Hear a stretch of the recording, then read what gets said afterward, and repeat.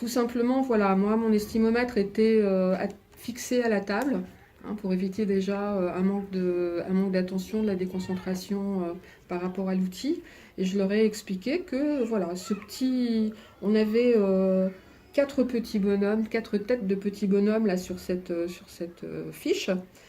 Et que ben, ce petit bonhomme-là, quand je lui posais une question, il se sentait très faible et à chaque fois il me répondait je n'y arriverai pas. Celui-là, lui, il se sentait un peu faible et il me répondait je trouve ça difficile.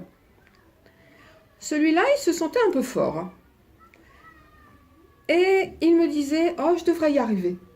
Et celui-là, il se trouvait très fort et il était sûr d'y arriver.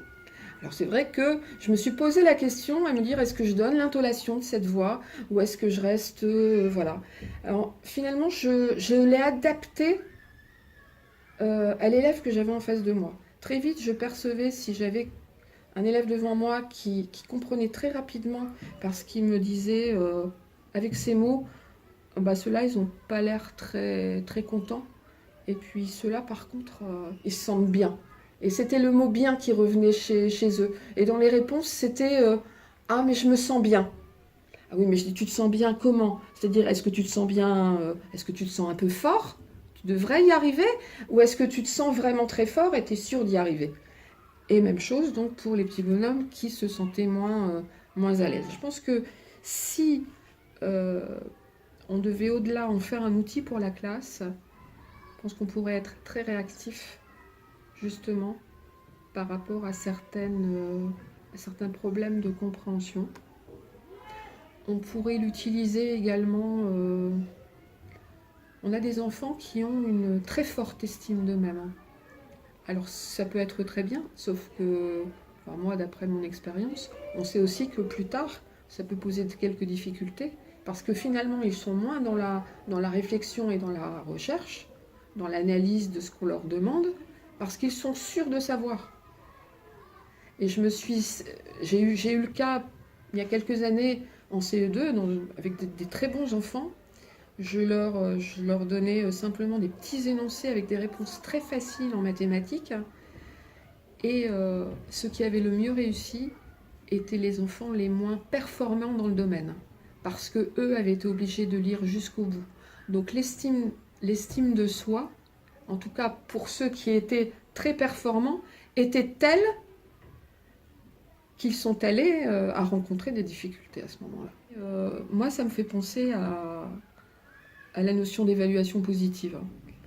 Je pense que comme on veut que les enfants, on voudrait en tout cas que les enfants soient capables de dire à un moment donné, euh, là je pense avoir véritablement réalisé un progrès, je pense que cet outil pourrait les habituer à réfléchir dans ces termes. J'ai un exemple là en tête, d'ailleurs je l'avais noté, je l'avais gardé parce que je trouvais ça quand même très... Quand on présentait la balle de tennis, on la présentait uniquement comme est-ce que tu peux lancer? Comment tu te sens si tu dois lancer cet objet? Et j'ai des enfants qui ont réagi en disant ah, mais j'y arriverai pas ou je trouve ça difficile parce que bah, de toute façon je sais pas jouer au tennis. Donc qui ont finalement je veux dire, recontextualisé une situation parce que euh, parce qu'ils ont reconnu la balle de tennis, donc ils ont associé au jeu et se sont dit je sais pas, et que si on ne leur démontre pas, si on casse pas cette représentation à un moment donné pour leur montrer qu'ils en sont capables, je veux dire lancer cette balle, je veux dire qu'on la lance en plus loin, près, on ne demande pas de la lancer à 10 mètres, hein. On n'est pas sur un objectif ciblé. On est bel et bien simplement sur, voilà, je lance cette balle, lance cet objet. Je pense que tous sont capables d'eux, sauf que là, ils ne perçoivent pas ça.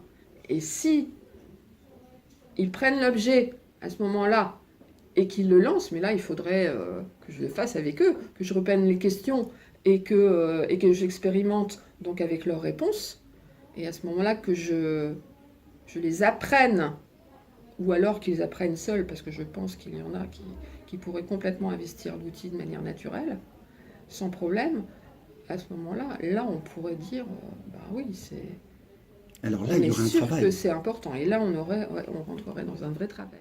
Mais je ne sais pas trop, à vrai dire. Il faudrait vraiment que je puisse. Ça me donne envie de l'expérimenter, au moins de réexpérimenter avec le même questionnement, en reprenant les fiches de départ avec les réponses initiales des enfants, pour pouvoir déjà voir ça. Et peut-être les enfants qui se sous-estimaient, leur dire alors. Donc là, peut-être de voir quelque chose dans leur regard, une prise de conscience, ou de voir moi l'oraliser parce qu'il n'y aurait pas cette prise de conscience. Et puis pour les enfants qui se seraient, entre guillemets, surestimés, parce qu'on sent des enfants tellement bien dans leur tête, mais c'est même pas le terme, parce que moi j'ai des enfants qui étaient super bien dans leur tête et qui étaient très proches de la réalité, qui arrivaient, même chez les moyens, à s'estimer À et à objectiver. objectiver complètement, comparativement même à des grandes sections qui pouvaient répondre ah, moi je me sens très bien tout le temps, c'est une évidence. Donc là, bon, avant on aurait dit faut peut-être un peu leur rabattre le caquet à ceux-là, mais là on n'en est pas là. On en est simplement à se dire bah oui, j'ai eu l'impression que je pouvais y arriver, mais finalement, bah, peut-être que j'ai telle difficulté, peut-être que... Et là, on rentrerait dans de véritables apprentissages. En disant, voilà ce qui me manque pour, effectivement, accéder à l'objectif qu'on m'a fixé, à réussir la tâche qu'on m'a donnée. Ta dernière réponse parlait beaucoup de l'enfant dans un premier temps, puis tu as basculé sur l'élève. Est-ce que Là, cet outil, je m'en suis pas rendu compte. et oui, et pourtant c'est le cas, et est-ce que cet outil justement, c'est pas une façon de euh, parler parfois de l'enfant et de se centrer sur l'enfant en tant que personne, et parfois rebasculer plus sur du cognitif, sur des attendus scolaires prescrits? Oui, parce que c'est vrai qu'on est en maternelle et de toute façon, nous, voilà, on a au quotidien des enfants. Alors on nous demande est-ce qu'ils deviennent élèves pour l'élémentaire, sauf que ça reste toujours des enfants.